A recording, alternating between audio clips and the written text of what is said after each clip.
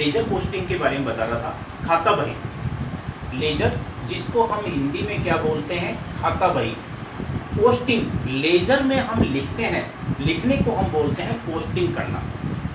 तो खाता बही में हम लिखते हैं, लेजर में लिखते हैं, उसको लेजर पोस्टिंग बोलते हैं। पोस्टिंग को हिंदी में बोलते हैं खतौनी करना, और लेजर हिंदी में खाता बही। खाता बही में खतौनी करना, और इंग्लिश में बोलते हैं कि लेजर पोस्टिंग। लेजर की आवश्यकता कब पड़ती है? देखो, बहुत से हमारे लेन देन होते हैं, यानी कि एक व्यापारी के हजारों लेन देन होते हैं, बहुत से ट्रांजैक्शन होते हैं, माल खरीदा जाता है, बेचा जाता है, पेमेंट लिया जाता है, दिया जाता है। तो जर्नल एंट्रीज में क्या है, सभी कुछ मिक्स होता है। उससे व्यापारी को ये मालूम नहीं चलता है कि किसी व्यक्ति से पैसा है कितना लेना है या किसको कितना देना है। अगर उसको ये मालूम करना है तो जर्नल एंट्री से मालूम करना बड़ा मुश्किल है। इसलिए व्यापारी क्या करता है, जर्नल एंट्रीज की सहायता से खाता बही तैयार करता है, यानी कि लेजर तैयार करता है। इसमें क्या है, एंट्रीज की सहायता से, जर्नल एंट्रीज की सहायता से अलग अलग खाते तैयार किए जाते हैं। अलग जो लेन देन होता है, उस लेन देन में कौन कौन से खाते बनते हैं, वो सारे खाते खोले जाते हैं। वो सब खाते खोलने से क्या है, व्यापारी को अगर किसी भी ट्रांजैक्शन के बारे में मालूम करना है तो उसको केवल वही खाता खोलना पड़ेगा। जैसे उसने क्या है, मोहन को उधार माल बेचा, तो उसने पूरे महीने में मोहन को कितनी बार उधार माल बेचा, जर्नल एंट्रीज अलग अलग की हुई है, लेकिन हमारे को एक बार उसका खाता खोलना पड़ेगा। तो मोहन का खाता खोलते ही हमारे को मालूम चल जाएगा कि मोहन को हमने टोटल उधार माल कितना बेचा, कब कब बेचा, ये मालूम चल जाएगा। टोटल इतना बेचा, उसमें से कितना पैसा हमारे पास उससे आ चुका है और अब उससे कितना पैसा लेना बाकी है। ठीक है, ऐसे ही हमने उधार माल खरीदा है, तो हमने कब कब खरीदा, ठीक है, और उसमें कितना पेमेंट कर दिया और कितना पेमेंट करना और बाकी है। तो उस संस्था का हम जो खाता तैयार करेंगे, खाता खोलेंगे, उससे हमारे को मालूम चल जाएगा। तो खाता बही क्या है, एक व्यापारी के लिए एक इस प्रकार का करती है कि उसमें व्यापारी आगे के लिए एक प्लानिंग कर सकता है कि किसी भी लेन देन के लिए उसको जो पैसा लेना है या देना है वो कितना है। तो लेजर है, किस प्रकार से हम तैयार करते हैं, इसके लिए मैंने आपको कल कुछ बताया था। वही एंट्रीज में आपको एक बार फिर से बता रहा हूँ कि उन एंट्रीज से हम लेजर कैसे तैयार करेंगे। तो कल मैंने आपको कुछ 3 एंट्रीज बताई थी, और इन 3 एंट्रीज से हम लेजर कैसे तैयार करेंगे। तो सबसे पहले तो इनकी जर्नल एंट्रीज। तो सबसे पहले देखो जर्नल एंट्रीज, इसमें देखो पहला दे रखा है जनवरी 14 को मोहन को माल बेचा। देखो इसमें आपके 2 खाते प्रभावित हो रहे हैं, एक मोहन व्यक्तिगत खाते में आता है और माल बेचा आपके वस्तुगत खाते में आता है। चूंकि उधार माल बेचा है इसलिए इसमें कैश का कोई ट्रांजैक्शन नहीं है। 2 खाते प्रभावित हो रहे हैं तो दोनों के नियम लागू हो जाएंगे। तो दोनों के नियम के अनुसार व्यक्तिगत खाते का नियम, पाने वाले को डेबिट करो। देखो इसमें पाने वाला कौन है, मोहन, तो मोहन को हम डेबिट कर देंगे, मोहन अकाउंट दिया। देने वाले हमें अपना खुद का नाम नहीं लिखता है। ठीक है, माल बेचा वस्तुगत खाते में, वस्तुगत खाते का नियम है जो वस्तु आती है उसे डेबिट करो और जो वस्तु जाती है उसे क्रेडिट करो। आ तो कुछ नहीं रहा है बल्कि जा रहा है, क्या जा रहा है, माल जा रहा है, और माल हमने बेचा है यानी कि सेल्स, तो इसलिए हम क्रेडिट है वो किसको करेंगे, सेल्स को कर देंगे। कितने का माल बेचा है, 6000 रुपये का। ये एंट्री इसकी हो जाएगी, मोहन को माल बेचा 6000 रुपये की। ठीक है, इसके बाद में देखो जनवरी, ये तो जनवरी 14 थी तो इसकी हम लिख देंगे जनवरी 14। इसके बाद में है हम फॉर्मेट वैसे बनाएंगे जर्नल वाला फॉर्मेट, ये मैंने कल आपको समझाने के लिए बताया कि एंट्रीज क्या होती है। दूसरा है आपके जनवरी 20। जनवरी 20 इसमें देखा है कि मोहन से राशि प्राप्त की 2500 रुपये। मोहन से हमने 2500 रुपये प्राप्त किए। तो इसमें भी देखो आपके 2 खाते प्रभावित हो रहे हैं। मोहन किस में आता है, व्यक्तिगत खाते में, और 2500 रुपये जो है रोकड़, ये किस में आता है, वस्तुगत खाते में, इसमें रोकड़ है। तो व्यक्तिगत खाते का नियम, पाने वाले को डेबिट करो। राशि हमने प्राप्त की तो पाने वाले हमारा नाम नहीं लिखेंगे। देने वाले को क्रेडिट करो। देने वाला कौन है, मोहन, तो मोहन को हम क्रेडिट कर देंगे टू मोहन अकाउंट। फिर देखो आपके वस्तुगत खाता, वस्तुगत खाते में कौन सी, रोकड़, कैश। कैश एक वस्तु है, जो वस्तु आती है उसे डेबिट करो। क्या आ रहा है, रोकड़ आ रही है, तो कैश को हम डेबिट कर देंगे, जो वस्तु जाती है उसे क्रेडिट करो, जाते कुछ नहीं रहा है, तो ये एंट्री हो जाएगी cash account DR to Mohan. तो मोहन से हमने 2500 रुपये प्राप्त किए, ये एंट्री हो जाएगी cash account DR to Mohan account. ठीक है, ये हो गई दूसरी एंट्री। अब इसके बाद में देखो तीसरी एंट्री, जनवरी 25 माल बेचा। देखो इसमें व्यक्ति या संस्था का नाम नहीं दे रखा है, व्यक्ति या संस्था का नाम नहीं दे रखा है, तो उधार लेन देन नहीं है, रोकड़ में है, इसका मतलब नकद माल बेचा है।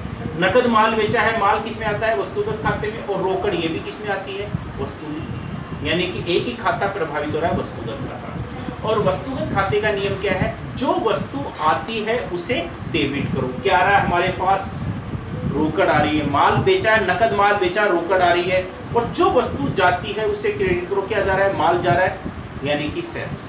तो हम एंट्री है वो क्या कर देंगे, cash account DR to sales account. जो वस्तु आती है उसे डेबिट करो, रोकड़ आ रही है, और माल जा रहा है, माल हमने बेचा है, इसलिए हम क्रेडिट किसको करेंगे, सेल्स को। ये 3000 रुपए से एंट्री हो जाएगी। ठीक है, ये हो जाएगी आपके जनवरी 25। ठीक है, ये हो गई आपके तीनों एंट्रीज। तो एंट्रीज हमने कर ली है, अब हम इसकी लेजर है वो कैसे बनाएंगे वो देखो जर्नल एंट्रीज हमने कर ली थी, 3 एंट्रीज मैंने बताई थी, और तीनों एंट्रीज आपकी ये है 3 एंट्रीज, और इससे हम जर्नल एंट्री से हम लेजर बनाएंगे। तो लेजर जिसको हिंदी में बोलते हैं खाता बही, इसका फॉर्मेट आपके ये है, इसमें 4 कॉलम डेबिट के होते हैं और 4 कॉलम क्रेडिट साइड के। तो 4 कॉलम डेट, पर्टिकुलर्स, जेएफ और अमाउंट, ये आपके डेबिट साइड की 4 कॉलम। फिर यही 4 कॉलम फिर से आपके रिपीट हो जाएंगे, डेट, पर्टिकुलर्स, जेएफ और अमाउंट। ठीक है, इस प्रकार से क्रेडिट साइड के इधर हम टू का इस्तेमाल करते हैं और इधर वाई का इस्तेमाल करते हैं। ठीक है, जर्नल की सहायता से हम लेजर तैयार करते हैं। तो इसमें ध्यान रखना है, मेन यही है इसमें एक समझने का, और कुछ विशेष नहीं है इसमें, कि हम जर्नल से लेजर तैयार करते हैं तो कौन से खाते तैयार करने हैं, जर्नल एंट्री से हमारे को मालूम चलेगा। तो देखो सबसे पहले देखो जनवरी 14 को, इसमें देखो ये एंट्रीज है, Mohan account DR to sales account. Account लिखा हुआ तो खाता हो गया, यानी कि इस एंट्री में देखो 2 खाते हो गए, एक मोहन अकाउंट और एक हो गया आपके सेल्स अकाउंट। ठीक है, ऐसे दूसरी जनवरी 14, इसमें भी 2 खाते हैं, एक कैश अकाउंट और एक मोहन अकाउंट। तीसरी एंट्री है, इसमें 2 खाते हो गए, एक कैश अकाउंट हो गया और एक सेल्स अकाउंट हो गया। ठीक है, यानी कि तीनों एंट्री में 2-2 खाते हैं, लेकिन इसमें ध्यान रखना है कि जो खाता हमने एक बार खोल लिया है, अगर दूसरी एंट्रीज में वही खाता खोलने की जरूरत है तो फिर दोबारा उस खाते को नहीं खोलते, उसकी एंट्री हम उसी खाते में कर देते हैं। जैसे हमने इसमें 2 खाते खोले, एक मोहन अकाउंट और सेल्स अकाउंट, और दूसरी एंट्री में फिर हमने 2 खाते खोले, कैश अकाउंट, मोहन अकाउंट। तो कैश अकाउंट तो हमने नहीं खोला, ये तो खोलना पड़ेगा, लेकिन मोहन अकाउंट फिर खोलने की जरूरत नहीं है, क्योंकि हमने पहली एंट्री में मोहन अकाउंट खोल लिया है, तो इसकी एंट्री फिर इसी में हो जाएगी। ठीक है, तो दूसरी एंट्री के अनुसार फिर हमारे को एक ही खाता खोलना पड़ेगा। अब तीसरी एंट्री में देखो, तीसरी एंट्री में 2 खाते हैं, कैश अकाउंट और सेल्स अकाउंट। तो कैश अकाउंट हमने पहले खोल लिया है, तो कैश अकाउंट खोलने की जरूरत नहीं है, और सेल्स अकाउंट भी हमने पहले खोल लिया, तो सेल्स अकाउंट भी खोलने की जरूरत नहीं है। यानी कि तीसरी एंट्री में अब हमारे को दोनों खाते खोलने की जरूरत नहीं है। इसका मतलब है हमारे को कितने खाते खोलने पड़ेंगे, मोहन अकाउंट खोलना पड़ेगा, एक सेल्स अकाउंट, और फिर दूसरी एंट्री में कैश अकाउंट। ठीक है, इसके बाद में खाते फिर रिपीट हो रहे हैं, तो खाते अगर रिपीट हो रहे हैं तो उसकी एंट्री हम उसी खाते में कर देते हैं। ठीक है, तो सबसे पहली एंट्री के अनुसार पहला खाता है मोहन अकाउंट। तो जो खाता हम खोल रहे हैं ऊपर उसका नाम लिख देंगे, मोहन अकाउंट। ठीक है, मोहन अकाउंट खोल लिया। अब देखो एंट्री हम कैसे करेंगे, एंट्री में हमने मोहन को डेबिट किया है, तो किस पक्ष में लिखेंगे, डेबिट पक्ष में। मोहन को हमने डेबिट किया है तो किस पक्ष में लिखेंगे, डेबिट पक्ष में, लेकिन नाम आएगा विपरीत पक्ष का, नाम किसका आएगा, सेल्स का। तो टू सेल्स डेट आपकी आ जाएगी जनवरी 14। क्या बताया था मैंने, मोहन का खाता हमने खोला है, मोहन को हमने एंट्री में डेबिट किया है तो डेबिट साइड में लिखेंगे, लेकिन नाम उसका नहीं लिखेंगे, नाम लिखेंगे विपरीत पक्ष का यानी कि सेल्स का। ठीक है, अमाउंट आ जाएगा आपके 14,000। ठीक है, अब मोहन का अकाउंट हमने खोल लिया है तो आगे जिस खाते में मोहन का अकाउंट खोलने की जरूरत है उसकी एंट्री पहले इसी में कर दो, आगे दूसरा खाता हम बाद में बना लेंगे। देखो दूसरे खाते में देखो फिर मोहन अकाउंट, इसमें मोहन को हमने क्या किया है, क्रेडिट किया है। तो मोहन का खाता तो हमने खोल लिया, इस एंट्री में मोहन को हमने क्रेडिट किया है तो किस पक्ष में लिखेंगे, क्रेडिट साइड में, लेकिन नाम किसका आ जाएगा, कैश का, बाई कैश अकाउंट। अमाउंट कितना आ जाएगा, 2500 रुपये, और डेट कौन सी आ जाएगी, जनवरी 20। ठीक है, बस हो गया। मोहन का खाता हमने एक बार खोल लिया था, दूसरे की एंट्री हमने इसी में कर दी, मोहन का खाता हमारा कंप्लीट हो गया, यानी कि अब इसमें हमारे को और कोई एंट्री नहीं करनी। तो पहली एंट्री के अनुसार एक खाता तो हमने खोल लिया मोहन अकाउंट, अब दूसरा खाता कौन सा बढ़ाएंगे, सेल्स अकाउंट। तो दूसरा खाता सेल्स अकाउंट, इसमें देखो इस एंट्री में सेल्स को हमने क्रेडिट किया है, जिस खाते को हम खोल रहे हैं अगर उसको क्रेडिट किया तो क्रेडिट पक्ष में, डेबिट किया तो डेबिट साइड में। सेल्स को क्रेडिट किया है तो क्रेडिट साइड में लिखेंगे, नाम लिखेंगे विपरीत पक्ष का, नाम किसका आ जाएगा, मोहन का, बाई मोहन अकाउंट। ठीक है, अमाउंट आ जाएगा आपके 6,000, जनवरी 14। ठीक है, सेल्स का हो गया। अब सेल्स का अकाउंट देखो तीसरी एंट्री में फिर सेल्स का खाता है, इसमें हमने सेल्स को क्या किया है, क्रेडिट किया है, तो सेल क्रेडिट साइड में लिखेंगे, लेकिन नाम किसका आ जाएगा, कैश का, by cash account, January 25। Amount कितना आ जाएगा, 3,000। ठीक है, ये हो गया आपके सेल्स, यानी कि सेल्स अकाउंट कंप्लीट हो गया। सेल्स का अकाउंट हमने जो खोला था इसमें 2 बार एंट्री करनी थी, ये पहले जनवरी 14 को सेल्स को क्रेडिट किया था क्रेडिट साइड में, और तीसरी एंट्री थी उसमें सेल्स को हमने क्रेडिट किया था, उसको भी हम कहाँ दिखा देंगे, क्रेडिट साइड। तो सेल्स अकाउंट कंप्लीट हो गया।